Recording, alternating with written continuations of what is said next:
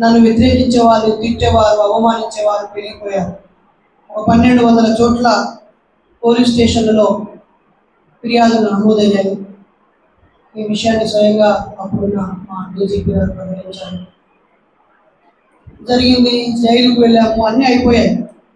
Jail అనంతరం కూడా మా పని మేము చేసుకుంటూ నిదానంగా ముందుకు వెళ్తూ ఉన్నాం. ఈ క్రమంలో ఎంతోమంది అన్నలు, అనుభవజ్ఞులు, తమ్ముడు మీ పేరు బాగా పబ్లిసిటీ అయ్యింది, చాలా ప్రచారం వచ్చింది మీకు, సరే అది మంచిగా చెడుగా వచ్చింది, కాబట్టి మీరు సమాజంలో ఉన్న రకరకాల సమస్యల మీద కూడా మీ గొంతు విప్పితేనే మీకున్న విషయ పరిజ్ఞానానికి కానీ మీకు వచ్చిన పేరు కానీ అర్థం ఉంటుంది. అలా కాకుండా మీరు మూఢనమ్మకాలకే పరిమితం అయిపోవడమో, ఒక ప్రాంతానికి పరిమితం అయిపోవడం వల్ల పెద్ద ప్రయోజనం ఏమి ఉండదు సోదరా. వీలైనన్ని చోట్లకి మీరు ప్రయాణించాలి, మాట్లాడాల్సిన అంశాల మీద మీరు మాట్లాడాలి అని చాలామంది పెద్దలు సలహాలు సూచనలు ఇచ్చారు. దాంతో మేము గత ఏడాదిగా ఆత్మహత్యలు విపరీతంగా జరుగుతున్నాయి. అన్ని మతాలు, అన్ని కులాలు, అన్ని ప్రాంతాలు, అన్ని వర్గాల వారు కూడా ఆత్మహత్య చేసుకుంటున్నారు. దీనిపైన ఒక సైకాలజిస్ట్గా మన అభిప్రాయం చెబుదామనేసి మేము జబ్బకు సెర్చ్ చేసుకుని అన్ని జిల్లాలు తిరిగాం. తర్వాత చెడు అలవాట్లతో రోడ్డు ప్రమాదాలు చేసుకుంటూ ఒక చెడు పెరిగిపోతూ వస్తున్న పరిస్థితి వచ్చింది. అయితే ఈ క్రమంలో ఎన్నికల నోటిఫికేషన్ రావటము, కార్యక్రమాలన్నింటినీ ఆపి అధ్యయనం చేస్తూ ఉన్న క్రమంలో చాలా సంఘటనలు 1, 2, 5, 10 ఇలా ఎన్నికలు అయిపోయాక రాజ్యాంగబద్ధంగా ప్రజలు ఎవరిని ఎన్నుకుంటే వాళ్ళు గెలవాల్సిందే, గెలిచిన వాళ్లకు శాసనాధికారం రావాల్సిందే అని చట్టం ఇచ్చిన గొప్ప వెసులుబాటు. కొంతమంది ఈ ఓట్ల ద్వారా మార్పు రాదు అనుకుంటూ పోరాటం చేసిన వాళ్ళు ఉంటారు, ఓట్లకు అతీతంగా పనిచేసిన వాళ్ళు ఉంటారు, ఆయా శక్తి మేరకు భావజాల పరిధిలో పార్టీల పరంగా పనిచేసే వాళ్ళు ఉంటారు. అయితే ఈ మధ్య ఒక విపరీత విషధోరణి వచ్చింది. దాంతో ఒక 5 దినముల క్రితం 5 days బ్యాక్ నేను, రెంజర్ల రాయేష్ అన్న, మత్స దేవేందర్ అన్న వాళ్ళ ఇంటి దగ్గర బౌద్ధ ఆరామ నిర్మాణానికి సంబంధించిన డిస్కషన్లో కూర్చున్నప్పుడు దూరం అభినవ్ అని అన్న, కుల నిర్మూలన పోరాట సమితి ఆ అన్న, మేము నలుగురము మాట్లాడుకుంటూ ఉండగా, ఏమి ఆంధ్రప్రదేశ్ మనకు ఎన్నికలు అయిపోయాయి, తెలంగాణలో రేవంత్ రెడ్డి గారు ముఖ్యమంత్రి అయ్యారు, 10 ఏళ్ల పాలనని తిరస్కరించి నూతన ప్రభుత్వాన్ని ప్రజలు ఎన్నుకున్నారు, అది సహజం. తమిళనాటకు కూడా ప్రతి 5 ఏళ్లకు ఒక పార్టీని మారుస్తూ ప్రజలు తీర్పులు ఇస్తూ ఉంటారు. ఎక్కడైనా మార్పు సహజం. ఒకవేళ మనకు నచ్చినోళ్ళైనా నచ్చనులైనా కేంద్రంలో తిరిగి మళ్ళీ బీజేపీ రాకూడదని భావించినప్పటికీ మెజారిటీ సీట్లు స్థానాలు పొందారు కాబట్టి వాళ్ళే ప్రధాని, దాన్ని మనం గౌరవించాల్సింది అనివార్యంగా. అయితే ఆంధ్రప్రదేశ్లో ఏంటి, 4వ తేదీ నుంచి కౌంటింగ్ స్టార్ట్ అయ్యి కాస్త తెలుగుదేశం పార్టీకి అనుకూల ఫలితాలు వస్తున్నాయి అనగానే అక్కడ ఉన్నటువంటి వైఎస్ఆర్సీపీ నాయకుల పైన, వైఎస్ఆర్సీపీ అనే అంశం పక్కన పెడితే మరీ ముఖ్యంగా బీసీ ఎస్సీల పైన ఎక్కువ దాడులు జరుగుతున్నాయి అనే అంశం మేము నలుగురం డిస్కస్ చేసుకుంటూ వచ్చాం. ఆ డిస్కషన్లో మన తెలంగాణ కదా, అది ఆంధ్ర అని మాలో ఒకరం అన్నాం. అప్పుడు వెంటనే అరే మరి ఆంధ్రప్రదేశ్లో ఎక్కడ అంబేద్కర్ విగ్రహావిష్కరణ ఉన్నా అక్కడి వాళ్ళని వాళ్ళు 10 మందిని పిలుచుకున్నా, తెలంగాణ నుంచి ఒకరిద్దరిని పిలుచుకొని మనకు ప్రేమ గౌరవాన్ని పంచుతున్నారు. అలాగే మనకు తెలంగాణలో జరిగే అనేక పోరాటాలకి అక్షర సహాయం చేశారు, సాహిత్య సహాయం చేశారు, అన్నం పెట్టారు, కడుపులో పెట్టుకొని సాగుతున్నారు. మనకు స్ఫూర్తినిచ్చిన ఎంతోమంది ఉద్యమకారులని ఈ ఆంధ్రప్రదేశ్ ఇచ్చింది. కాబట్టి మనం కూడా ఈ అంశం మీద అక్కడ ఏదైనా కార్యక్రమం యాక్టివిటీ జరిగితే వెళ్ళి పాల్గొందాము అని ఒక నిర్ణయానికి వచ్చాము. దూరం అభినవ్ అన్న, షాన్ రెంజర్ల రాయేష్ అన్న, మత్స దేవేందర్ అన్న, నేను. అలా ఒక 5 రోజుల క్రితం మేము మాట్లాడుకున్న ముచ్చట్లో నుంచి మొదటగా ఎవరిని అడుగుదామన్నప్పుడు హక్కుల నాయకులు, ఏపీసీఎల్సీ నాయకులు అన్నకి ఫోన్ చేశాను. తర్వాత ఇలాంటి వివక్ష ఘటనలు జరిగినప్పుడు ముందు పోరాడేది కుల వివక్ష వ్యతిరేక పోరాట సమితి. కేవీపీఎస్. కాబట్టి ఆ రెండింటితో మాట్లాడాము. తర్వాత ఇక్కడున్న ఎస్సీ ఎస్టీ ఆర్గనైజేషన్స్తో మాట్లాడాము. ఒక 10 మందితో మేము ఫోన్లో మాట్లాడాము. అన్న ఏం జరుగుతుందని అక్కడ అంటే, అంతకుముందు వైఎస్ఆర్సీపీ గెలిచినప్పుడు టీడీపీ వాళ్ళ మీద విపరీతంగా దాడులు చేశారు, కొట్టారు, ఉరికిచ్చి కొట్టారు, చంపి ముళ్ళగట్టారు, దారుణాలు జరిగాయి. అప్పుడు మేము మా గొంతు వినిపించాం, ఖండించాం, ఫ్యాక్ట్ ఫైండింగ్ చేశాము. ఇప్పుడు మళ్ళీ ఈ పార్టీ వచ్చింది, వాళ్ళని చేస్తున్నారు. సంతోషం అన్న, వాళ్ళు చేశారు, వీళ్ళు చేశారు, ఇంకో 5 ఏళ్ల తర్వాత ఇంకొకరు వస్తే వాళ్ళు చేస్తారు. మరి దీని మీద ఏం యాక్టివిటీ జరుగుతుందంటే, తమ్ముడు మేమైతే ఫ్యాక్ట్ ఫైండింగ్ పోతున్నాం, వివరాలు సేకరిస్తున్నాం, సోషల్ మీడియాలో రాస్తున్నాం, ఫేస్బుక్, యూట్యూబ్, వాట్సాప్లో పెడుతున్నాం, మనదైన పత్రికల్లో వార్తలని ప్రచురింపజేస్తున్నాం. మా శక్తి మేరకు మేము చేస్తున్నాం తమ్ముడు. కానీ ఇప్పుడే రిజల్ట్ వచ్చింది కదా, అప్పుడే నోరెత్తితే మేము శత్రువులుగా భావించబడతామనో, లేదా ఒక పార్టీని భుజానేసుకున్న వత్తాసు పలికిన వ్యక్తులుగా మారిపోతామేమో అనే ఒక అభద్రత ఉంది. కానీ మేమేం భయపడేటోళ్ళం కాదు, ఈ రోజు నుంచి గొంతు విప్పినోళ్ళం కాదు అని అన్న లాంటి వాళ్ళు, మల్లియాద్రి అన్న లాంటి వాళ్ళు, అలాగే చిలుక చంద్రశేఖర్ అన్న లాంటి వాళ్ళు, వీసీకే పార్టీ విద్యాసాగర్ అన్న లాంటి వాళ్ళు, ఇక్కడ ఉన్నటువంటి కాంతారావు అన్న గారు, నటరాజ్ అన్న గారు, ఇక్కడ ఉన్న కొంతమంది వాళ్ళ అభిప్రాయాలను చెప్పారు. అన్న ఏం చేద్దామన్నా అంటే, మేమైతే చేస్తూనే ఉన్నాం తమ్మి, ఒకవేళ మీరు వస్తే రండి, ప్రేమగా ఆహ్వానిస్తాం, 10-20 మంది కూర్చోండి, ఏం జరుగుతుంది, నూతన ప్రభుత్వాన్ని అభినందిస్తూనే ఇలాంటి వాటిని మనము పునరావృతం చేయొద్దు అని బయటికి టీవీలో, పేపర్లో చెబుతున్నా, గ్రామాల్లో మాత్రం పనులు జరుగుతూనే ఉన్నాయి, దాడులు జరుగుతూనే ఉన్నాయి. ఎవరో ఒకరు లేచి ఇది తప్పు అని చెప్తే సరిపోదు, సమిష్టిగా చెప్పాలి. అనేక అనుభవజ్ఞులైన సంఘాలు ఉన్నాయి, పెద్దలు ఉన్నారు, అనేక ఫ్యాక్ట్ ఫైండింగ్లోకి వెళ్ళిన వారు ఉన్నారు, బూటకపు ఎన్కౌంటర్ల పైన అధ్యయనం చేసి పరిశీలన చేసి రిపోర్ట్లు ఇచ్చిన వాళ్ళు ఉన్నారు, అధికారులను నిలదీసిన వాళ్ళు ఉన్నారు, ప్రజాప్రతినిధులను ప్రశ్నించిన వాళ్ళు ఉన్నారు.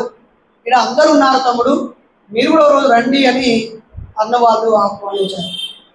అలా అన్నవాళ్ళు ఆహ్వానించడం ద్వారా ఫేస్బుక్లో మేము పెట్టడంతో ఈ ప్రాంతంలో నుంచి అనేక సమస్యల్ని మాకు వాట్సాప్లో పెట్టేస్తూ ఉన్నారు.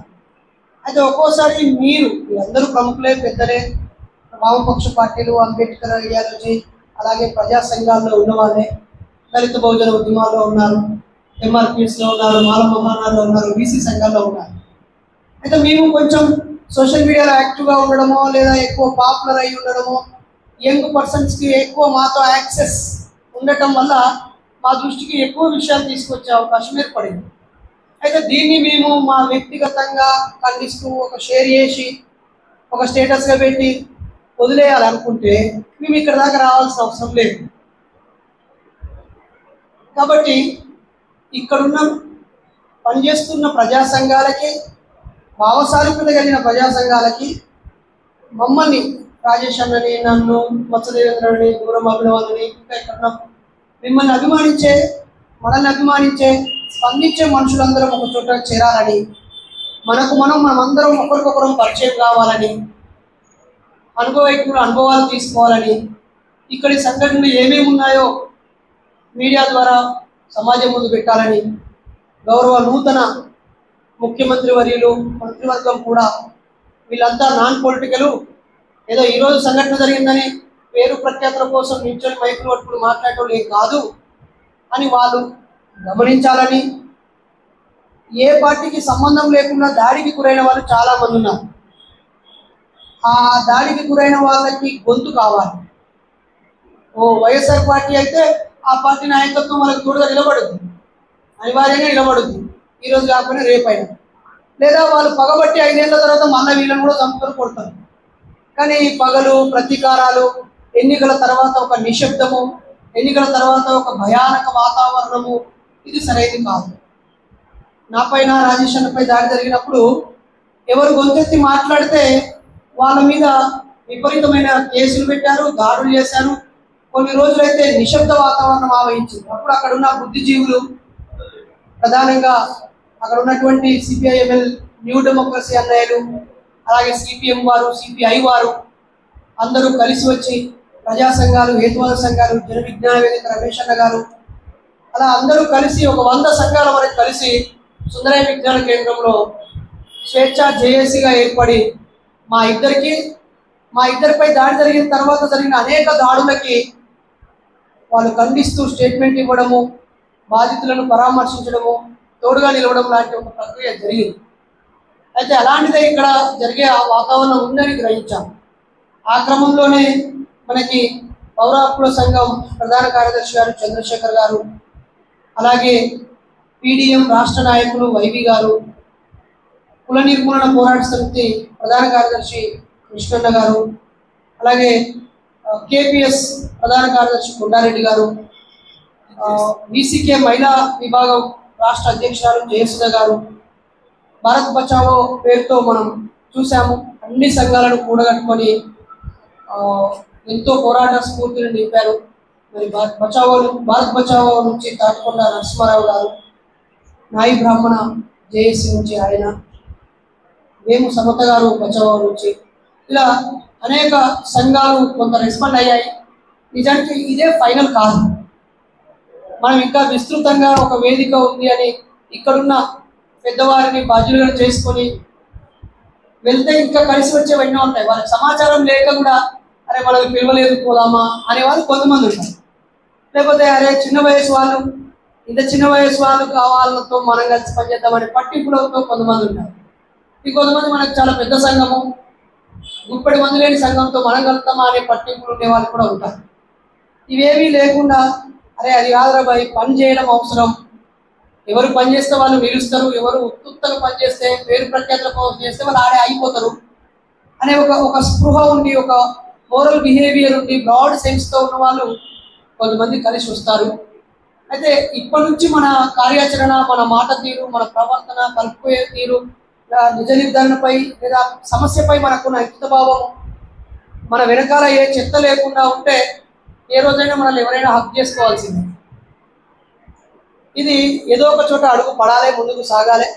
అయితే గడిచిన 15 రోజుల్లో ఇక్కడున్న అన్ని సంఘాలు వాళ్ళ శక్తి మేరకు వాళ్ళు ఇప్పుడున్న పరిస్థితుల మీద వాళ్ళ గొంతు విప్పారు. కానీ సమిష్టిగా విప్పితే బలంగా విప్పియవచ్చు. దాన్ని ఒక వాతావరణాన్ని పరిశీలించడం కోసమే వచ్చాం. ఇప్పుడు మీ అభిప్రాయాలు, ఘటనలు, సంఘటనల పైన ప్రతి సంఘం నుంచి పరిచయం చేసుకొని 2 నుంచి 3 నిమిషాలు మీ అభిప్రాయాలు సూటిగా చెప్పండి. ప్రతిదీ రికార్డ్ అవుతుంది. 2 తెలుగు రాష్ట్రాల్లో ఉన్న ప్రజలందరూ చూస్తూ ఉంటారు. మా కోసం సమావేశమైన వాళ్ళు ఏం మాట్లాడుకున్నారని ఆలోచిస్తారు. మనం టాపిక్ డైవర్ట్ అయితే వీళ్ళు ఉత్తమ ముచ్చట్లకే పనికొస్తారు, వీళ్ళు పనిచేయాలనే అభిప్రాయం కూడా ప్రజలే వస్తారు. సూటిగా, సుత్తి లేకుండా ఎంతమందిని కలుపుకోవచ్చు, ఇంకా ఎలా చేస్తే ఎక్కువ మంది ప్రజల మద్దతు కూడగట్టవచ్చు, ఇప్పుడున్నటువంటి సోకాల్డ్ పవర్ పాలిటిక్స్తో ఉన్న రాజకీయ పార్టీలు కాకుండా ఉద్యమ నేపథ్యం ఉన్న అన్ని రాజకీయ పార్టీలు, ఉద్యమించే ప్రజా సంఘాలు, కొన్ని సంఘాలు ఉద్యమించకపోయినా జనబలం ఉంటుంది కానీ వాళ్ళు వాయిస్ స్పష్టంగా ఇవ్వలేరు. వాళ్ళని కూడా కలుపుకొని ఎలా పోతే బాగుంటుందో అనుభవజ్ఞులు వాళ్ళ అనుభవాలని, ఆలోచనల్ని పంచుకోవాలని కోరుతూ, నిజానికి దీనికి నన్ను సభాధ్యక్షతో సమన్వయకత్వాన్ని పెట్టారు. అలా అనేకంటే నేను జస్ట్ వచ్చిన వ్యక్తిని, అంతే. గెస్టులు కూడా అనడానికి వీల్లేదు. నేను గెస్ట్ని కాదు. ఇక్కడ నాతో పాటు నన్ను ప్రేమించే నలుగురిని మీ అందరికి పరిచయం చేయాలని, మీరు చేసే ఉమ్మడి కార్యక్రమంలో మూఢనమ్మకాల నిర్మూలన కార్యకర్తల్ని, సభ్యుల్ని తోడు చేయాలని వచ్చాను. ఏదైనా ఊరిలో ఫ్యాక్ట్ ఫైండింగ్కి రావాలంటే నేను సిద్ధంగా ఉంటాను. ఎక్కడైనా ఒక చోట ప్రజల్ని గ్యాదరించి ఒక యాక్టివిటీ చేస్తున్నాం, తమ్ముడు రావాలి, తమ్ముడు అంటే రావడానికి సిద్ధంగా ఉన్నాను. ఈ ప్రాంతంలో నేను ఏ మేరకు ఏ రకంగా అవసరమో మీరు నన్ను ప్రోత్సహించాలని, ఆహ్వానించాలని, నాకు గైడ్ చేయాలని కోరుతూ ఈ గ్యాదరింగ్ను, ఈ సందర్భాన్ని ఉద్దేశించి శాంత్ రేంజర్ల రయేష్ అన్న తనను తాను పరిచయం చేసుకొని ఈ వాతావరణాన్ని ఒక 2 నుంచి 5 నిమిషాలు వివరించి వరుసగా అందరినీ, మాకు ఇక్కడ తెలియరు, అందరినీ అన్న చంద్రశేఖర్ అనే కొంచెం కోఆర్డినేటర్గా ఉండి ఒక్కొక్కరికి మైక్ అందించాల్సిందిగా అందరినీ కోరుతున్నాను.